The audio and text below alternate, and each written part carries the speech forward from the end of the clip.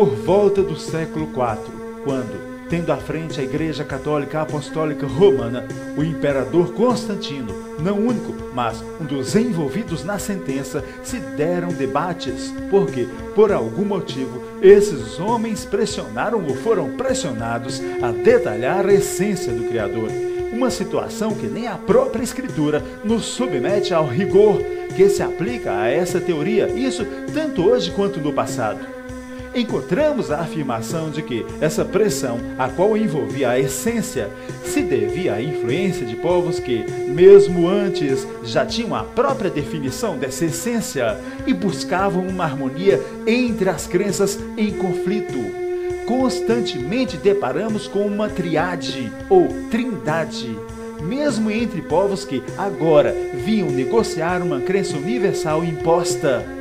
É, por diversas vezes, realçada a própria influência grego-romana, tanto na história quanto na escritura, onde nos deparamos com as palavras a grande prostituta. Em pouco ou em nada, a influência dos judeus se fez valer nesse conceito, mesmo porque Constantino é retratado como alguém que odiava os judeus. Isso não nos causa espanto, e pior, os santos observadores dos mandamentos, isso inclui o sábado do quarto mandamento, eram confundidos e, juntamente com os judeus perseguidos, realçamos a perseguição igualmente imposta aos valdenses durante a Inquisição. Então, onde estava o lugar dos santos nesse conceito?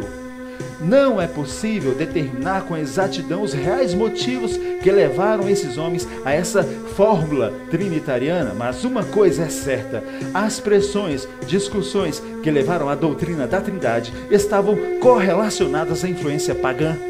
Sobre essa fórmula, a Bíblia de Jerusalém, uma das principais Bíblias impressas pela Igreja Católica, no seu comentário de rodapé sobre Mateus capítulo 28, verso 19, diz o seguinte, abre aspas: é possível que, em sua forma precisa, essa fórmula reflita a influência do uso litúrgico posteriormente fixado na comunidade primitiva.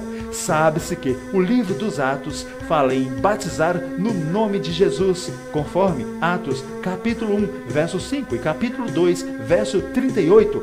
Mais tarde, deve ter-se estabelecido a associação do batizado às três pessoas da Trindade. Fecha aspas.